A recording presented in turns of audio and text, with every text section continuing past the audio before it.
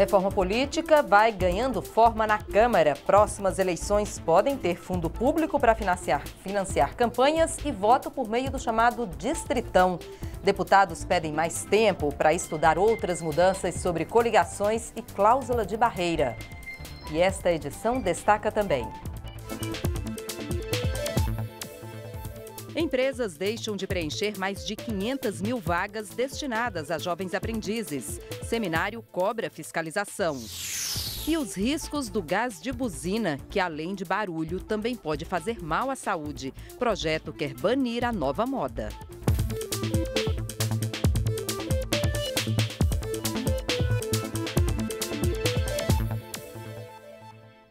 Boa noite. Em Brasília, 8h01. O Jornal da Câmara começa agora.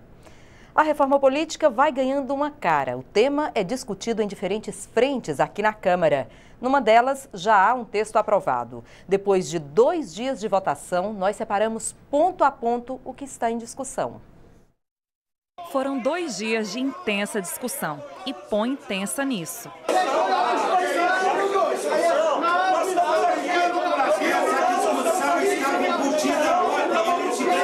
Um dos principais temas em debate é o fundo público para financiar as campanhas. A comissão aprovou um valor que deve ser em 2018 de aproximadamente 3,5 bilhões de reais. Um detalhe, a divisão desses recursos vai ser definida por outra lei. Outra mudança importante é no próprio sistema eleitoral. O chamado Distritão pode valer para as eleições de 2018 e de 2020. Nesse modelo são eleitos os mais votados. Por exemplo, Minas Gerais tem 53 deputados federais. Os 53 mais bem colocados na urna em 2018 vão ser os escolhidos. A inclusão do modelo foi feita a pedido do PMDB. O ideal, no meu entendimento, é o distrital misto, mas isso é um futuro. Por quê? É necessário que o tribunal fixe esses distritos. Só estamos falando de um país continental gigantesco. Então ele vai demorar algum tempo para poder fixar os distritos que serão feitos no distrital misto.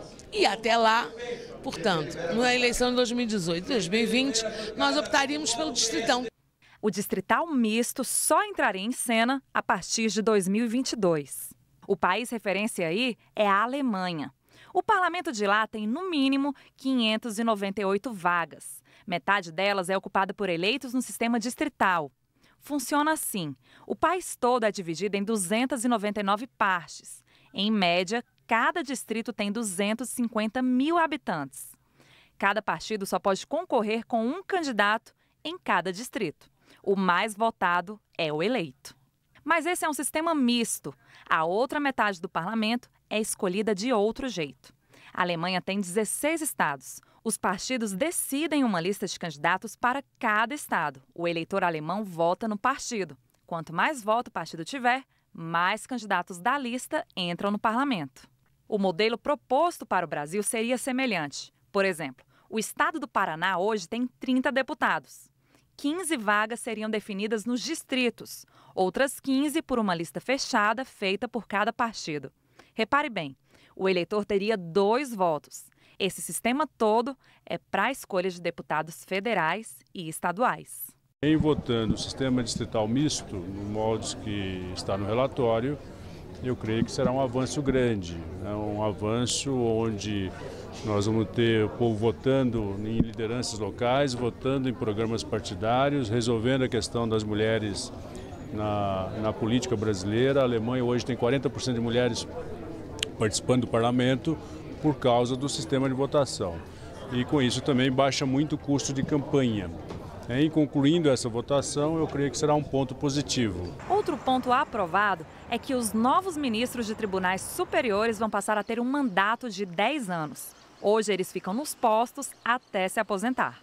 Mas alguns pontos também acabaram saindo da reforma política, é o caso dos vices. A ideia original era acabar com o cargo de vice-prefeito, vice-governador e vice-presidente. A estimativa era de que, com isso, iria gerar uma economia na casa de R$500 bilhão por ano.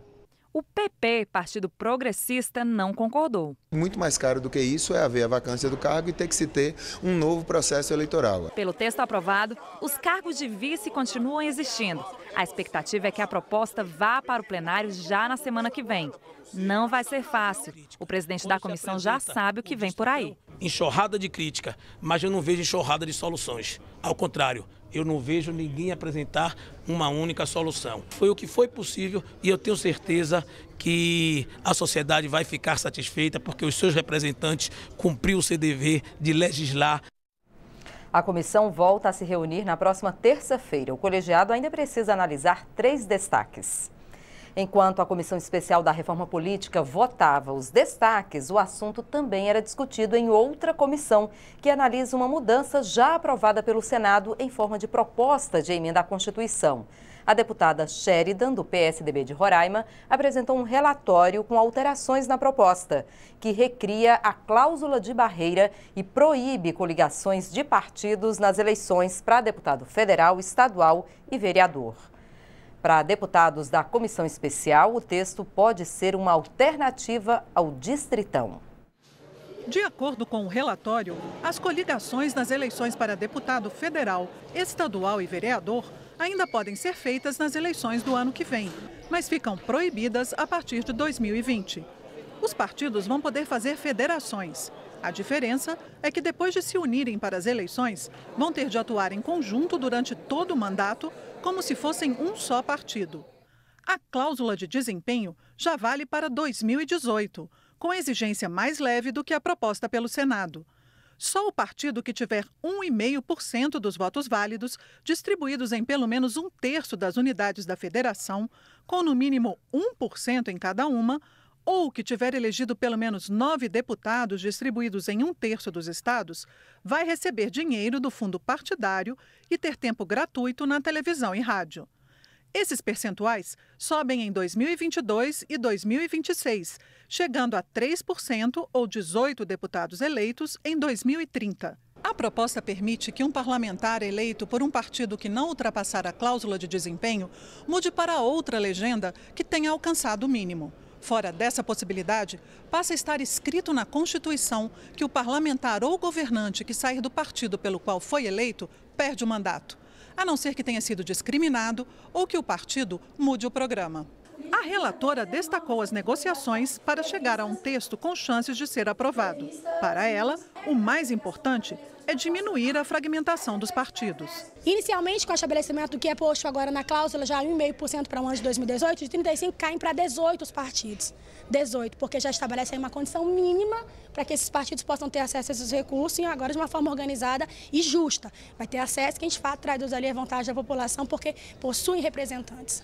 Os deputados pediram vista conjunta para analisar as mudanças, mas já iniciaram a discussão do texto. Essa cláusula, na verdade, para nós era totalmente dispensável porque o fim da coligação nas proporcionais, como a relatora diz, já vai dar uma boa decantada no quadro partidário. De qualquer forma, aprovado o distritão anula praticamente toda essa PEC aqui, que está concebida na ideia das eleições proporcionais. Então a gente tem 2 projetos de emenda constitucional concorrentes e em alguns aspectos antagônicos. É bom para o debate e eu espero que a sociedade brasileira se interesse um pouco até a semana que vem, que a turma aqui está com muita pressa. Eu prefiro este projeto, porque ele acaba com a coligação na proporcional, que, a meu ver, é a pior causa de corrupção sistêmica do nosso sistema político, do nosso processo eleitoral.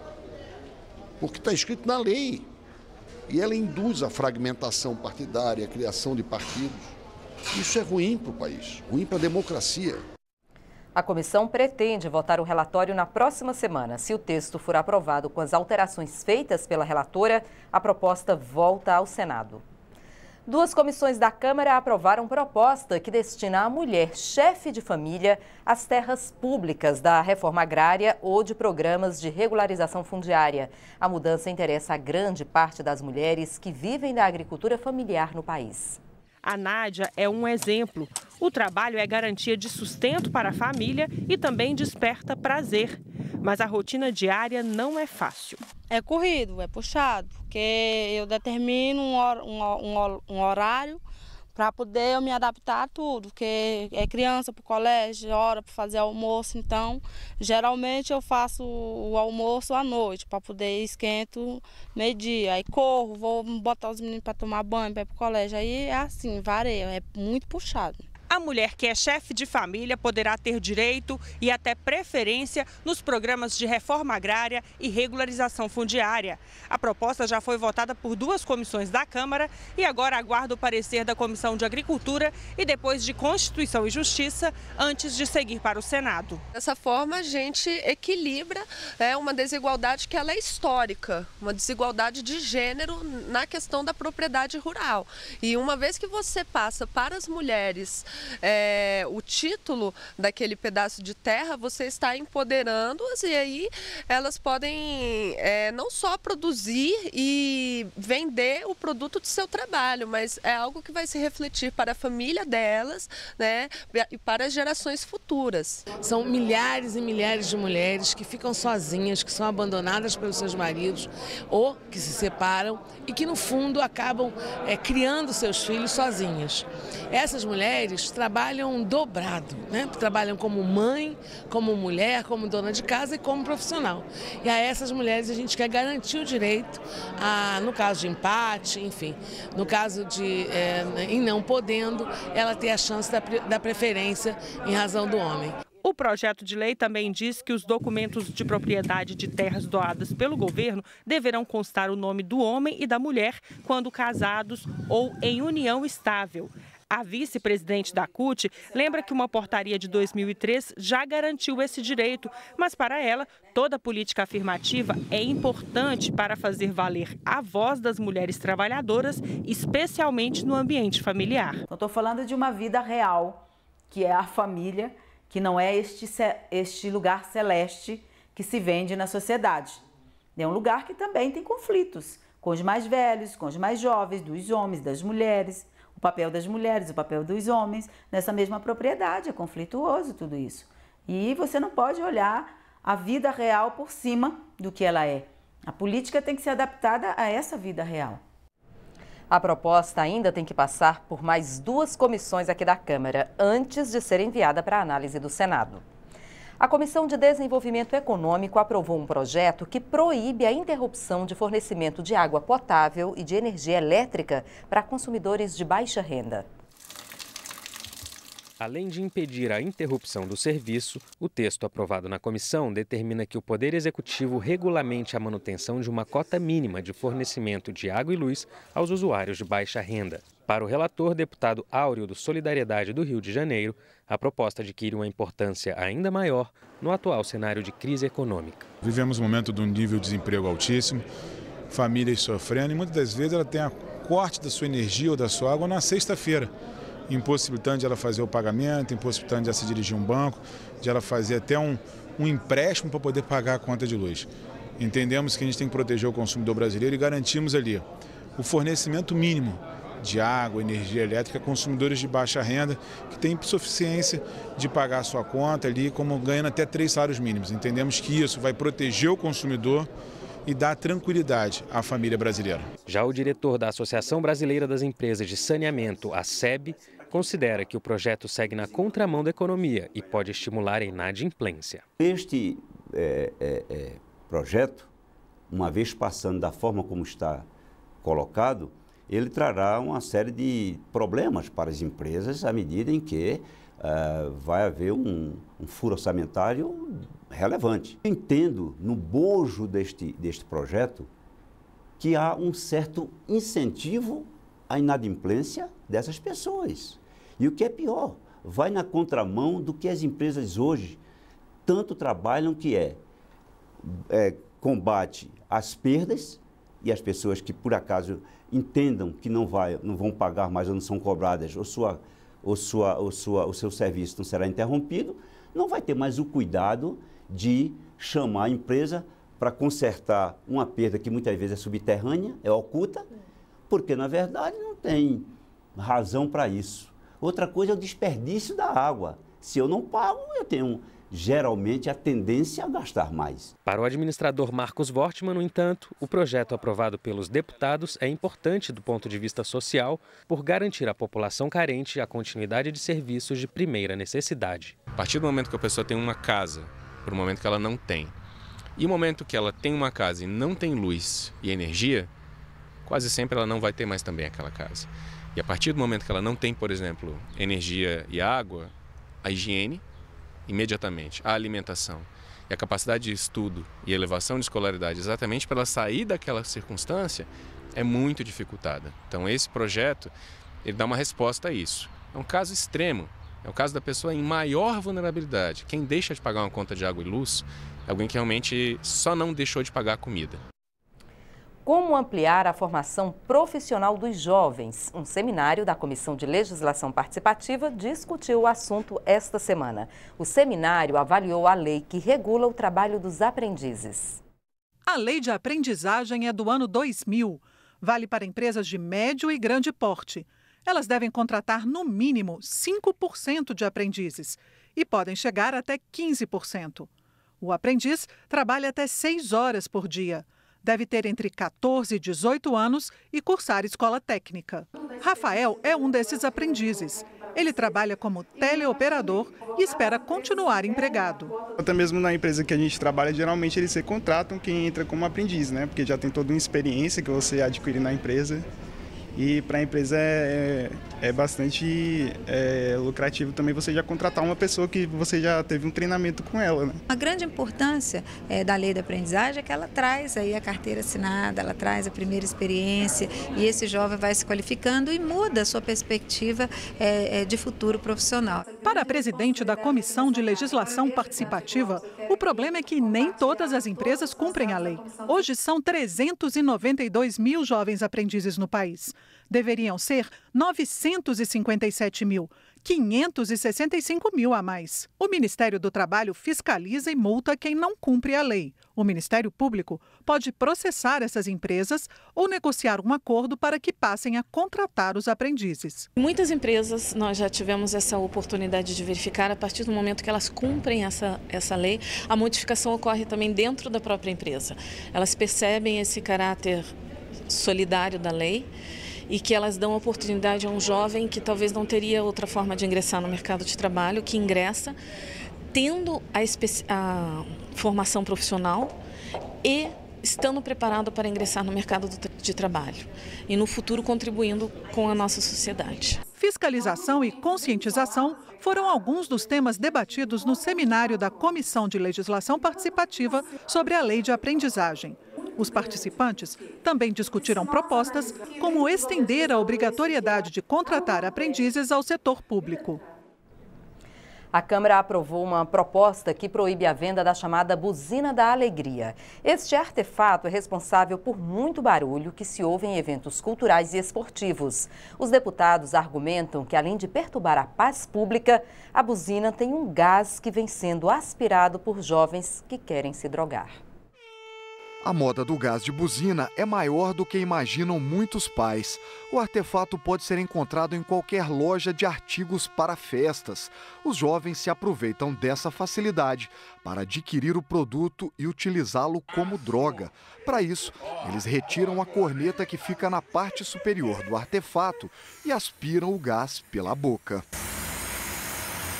A sensação provocada é semelhante à do lança-perfume e também pode trazer sérios danos à saúde. Os jovens usam porque ele tem, num primeiro momento, ele gera um efeito euforizante, a pessoa fica bem disposta, né? Mas a curto prazo isso pode gerar problemas graves na saúde dela.